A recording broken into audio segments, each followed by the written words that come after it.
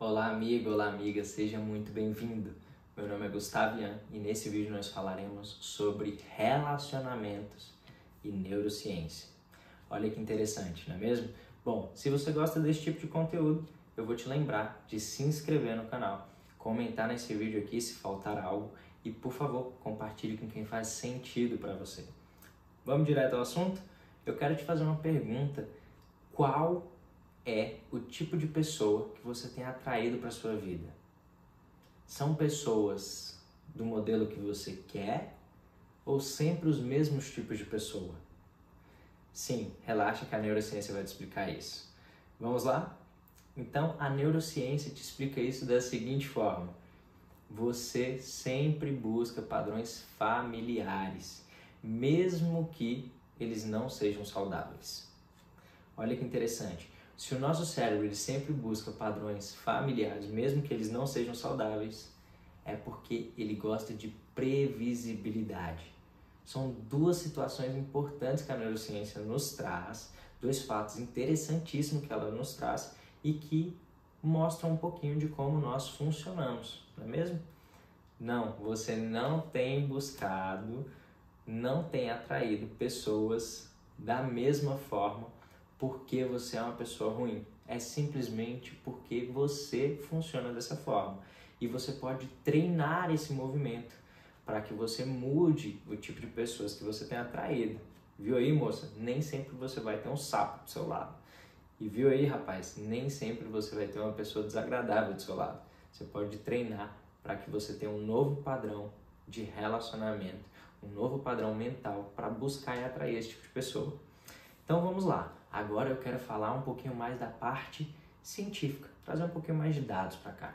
E eu quero iniciar falando sobre as 4 fases típicas de um relacionamento. Onde a primeira delas é aquela atração inicial, aquele momento mágico em que você libera literalmente a tua alma para se apaixonar, que é o segundo passo.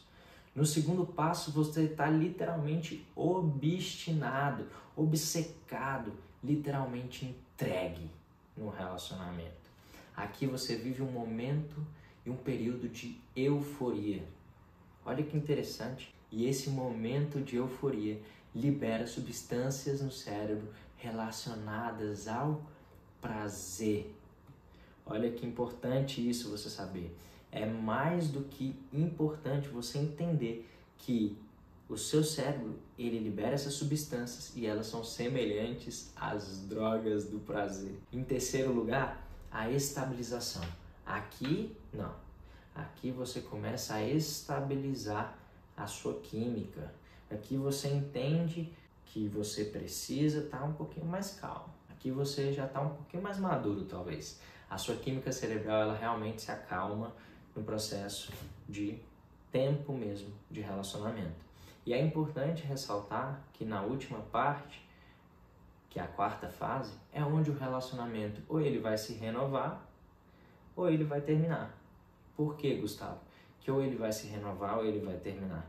Porque a partir daqui, onde você tem literalmente uma estabilização da sua química cerebral, você começa a ter sempre a mesma coisa. E o seu cérebro, ele gosta de dopamina, ele gosta de novidade. Por isso que casais, às vezes, estão juntos aí há 20, 30 anos e separam. Por quê? Não se tem mais novidade. O seu cérebro, ele entende como um tédio isso. Fica entediante estar num relacionamento. E para algumas pessoas é confortável. Depende do seu modelo cognitivo, da sua personalidade, baseado nos seus padrões inconscientes e muitas vezes até conscientes, você acaba permanecendo ou saindo de um relacionamento, perfeito? Mas isso daqui a gente fala em um outro vídeo. É importante que você saiba que para o crescimento pessoal, essa fase da renovação ou do término, ela é essencial para o momento de maturidade do casal. É importante te dizer que aqui agora a gente vai começar a entrar mais fundo nesses relacionamentos. E a neurociência do amor, eu separei 2 fases importantes. Essas 2 faces da neurociência do amor, eu trouxe como as áreas cerebrais onde nós temos o córtex pré-frontal, que está mais ligado à racionalidade, e a amígdala, que está mais ligada à parte emotiva, a parte emocional mesmo do nosso cérebro. Perfeito? Olha que interessante. O córtex pré-frontal, ele busca essa racionalidade, ele está um pouquinho mais distante, né? Na verdade, ele está ali na zona fria, enquanto que a amígdala está mais na zona quente das emoções. Ou seja, você tem esse distanciamento entre uma região e outra, e é claro, embora elas sejam um pouco distantes, elas trabalham juntas em prol das sensações do amor. Maravilha? Nós temos aqui então neurotransmissores, que é a segunda face. E aqui nós temos 3 principais neurotransmissores. A dopamina, que você sabe, está relacionada ao prazer. A serotonina, que diminui durante o período da paixão. E nós temos a ocitocina, que se você está aqui no canal, você sabe, é o hormônio do amor, é o hormônio da paixão. Então, aqui você tem um aumento onde a ocitocina ela fortalece esses vínculos emocionais. Maravilha? É importante eu te dizer então um pouquinho sobre o papel da dopamina nesses relacionamentos. Olha que interessante, a dopamina ela tem um papel importantíssimo, porque ela está relacionada ao prazer. Então vamos lá, olha aqui, no primeiro passo, eu selecionei aqui, é onde a dopamina ativa os circuitos do prazer no cérebro. Ou seja, é aquele momento que você está tendo novidade no relacionamento, é aquele momento que você está em euforia, literalmente apaixonado, meu amigo. E por isso você tem uma atração e desejo. E nesse momento você tem níveis elevados que se intensificam através da atração física, no caso dos homens o olhar também, né, visão, e o desejo mesmo, perfeito? Então, nós temos esse circuito dopaminérgico em que ele acaba no circuito da recompensa, que é o quê? Onde o parceiro, ele libera dopamina repetidamente. Esse contato com o parceiro, ele acaba liberando a dopamina repetidamente, tá? E aqui eu não estou falando só da parte que você sabe, não. Da outra parte também, beijo, toque, isso tudo ajuda, inclusive na ocitocina, maravilha? Que é o hormônio do amor, perfeito? Então nós temos uma adaptação do cérebro exigindo novos estímulos, e essa parte é bem importante, porque o seu cérebro ele sempre quer novos estímulos, tá? Então olha lá, o cérebro ele sempre busca novos estímulos para se manter interessado. Por isso que você vê aí esses relacionamentos longos terminando. Às vezes está faltando esse hormôniozinho, né, da dopamina. Então é importante que você sempre tenha esse circuito aí de novidade, etc. Eu separei a neuroplasticidade, como ela afeta, por exemplo, os relacionamentos a longo prazo.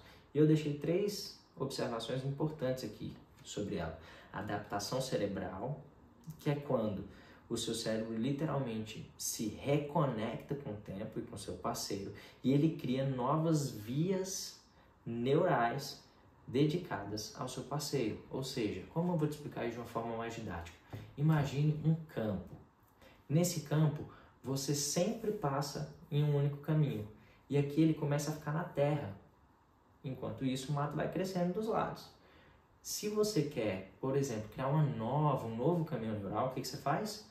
Você para de andar nesse lado e você começa a criar um novo caminho. No início, você tem mato, até você tirar o mato da frente, criar esse caminho demora. Quem já morou na roça sabe, né?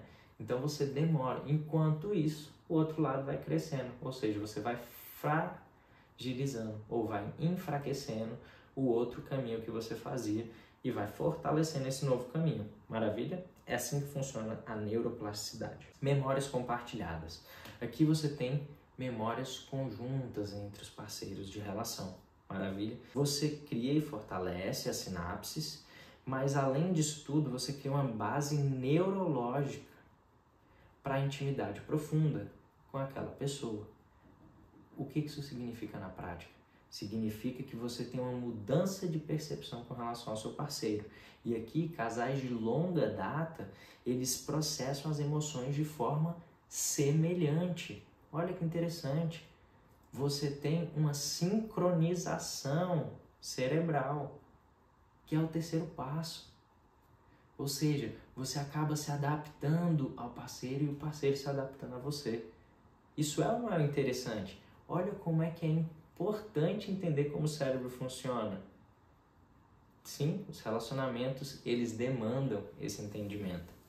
E olha lá, vamos seguir um pouquinho mais. Veja bem, os desafios neurobiológicos nos relacionamentos. Eu separei 3. Estresse e vínculos. Segundo, sistema de luta ou fuga, e aqui está uma chave importantíssima. E em terceiro lugar, regulação emocional. O estresse e os vínculos, eles são, através do cortisol elevado, prejudicados pelo processamento emocional. Ou seja, quando você tem um aumento do cortisol, você prejudica o processamento emocional.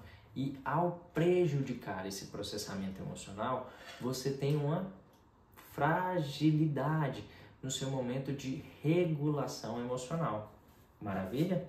O que isso significa na prática? A sua inteligência emocional ela começa a ficar comprometida, porque você está muito estressado, muito estressada. Então isso dificulta a comunicação. Muitos casais falam que um dos principais motivos para o término é a comunicação. Veja bem, se eu tenho um aumento do estresse, um aumento do cortisol, isso prejudica a minha regulação emocional e assim eu não consigo me comunicar de forma adequada, o que eu posso fazer? Primeiro, começa a respirar e respira fundo, porque vai ter momentos que você vai ficar estressado. Saia da sala, treine sua comunicação não violenta. Nós não temos vídeo sobre isso no canal ainda, mas nós vamos trabalhar isso depois.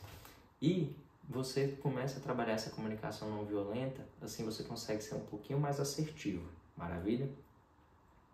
Vamos seguir então um pouquinho ali agora para o sistema de luta e fuga.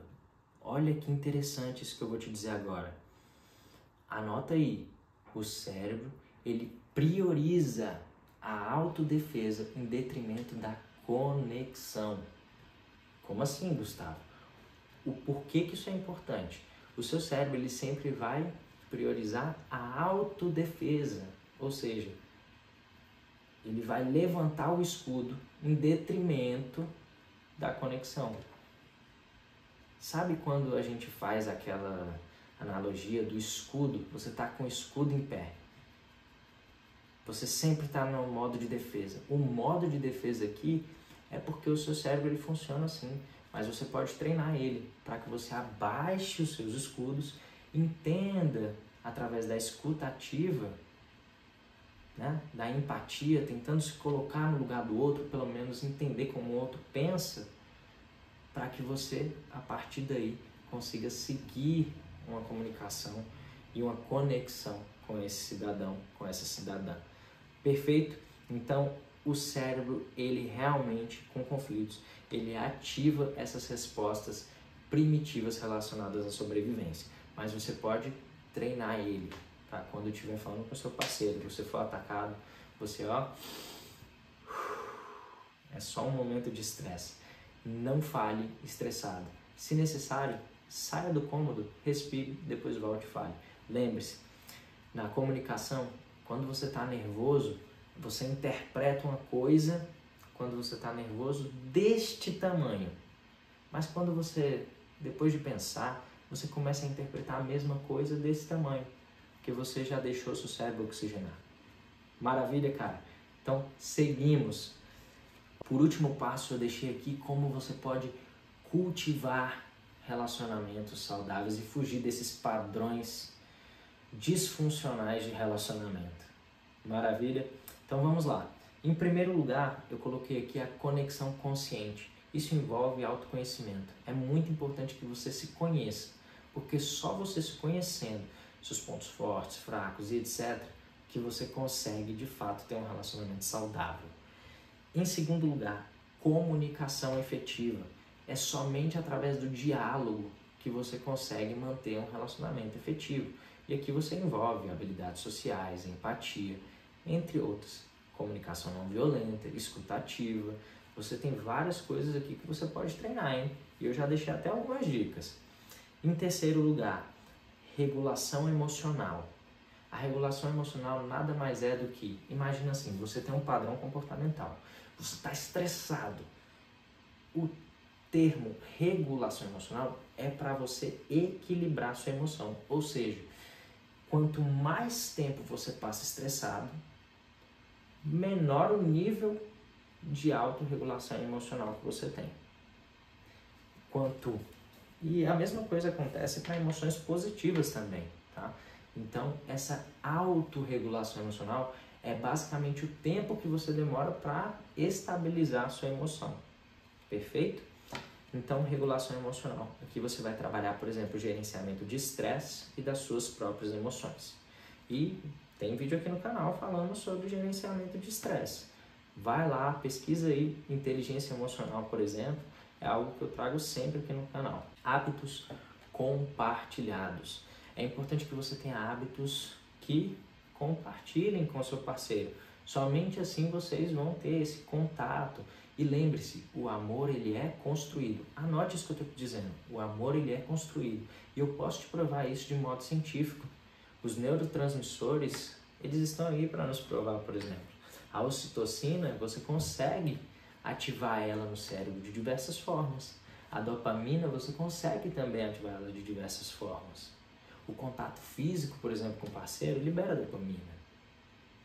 São alguns pontos importantes que você pode estar trabalhando aí. Ou seja, a verdade é que o processo do amor, ele é uma decisão. O processo do amor, ele é uma decisão. Ou seja, amar é decisão. Assim como não amar é decisão. Eu estou te provando isso cientificamente. E eu posso te trazer N outros pontos aqui. Você consegue influenciar o amor, o desenvolvimento dessa paixão no teu cérebro. Perfeito? E por último, o contato físico regular, que é algo que eu já falei aqui. Bom, pessoal, espero que esse vídeo tenha te ajudado, que você consiga manter relacionamentos mais saudáveis e que você entenda e não se culpe mais. Porque, de fato, não é você, mulher, que sempre tem atraído um sapo ao invés de um príncipe. É porque o seu cérebro ele busca esses padrões familiares. E você, homem, você não tem buscado pessoas desagradáveis. É somente que o seu cérebro ele foi treinado para esse tipo de padrão. Treine ele agora para um novo tipo de padrão, que assim vai dar certo. Maravilha? Qualquer dúvida, eu estou aqui. Pode me contatar. Minhas redes sociais, todas elas são @GustavoIANN. Um forte abraço e até a próxima.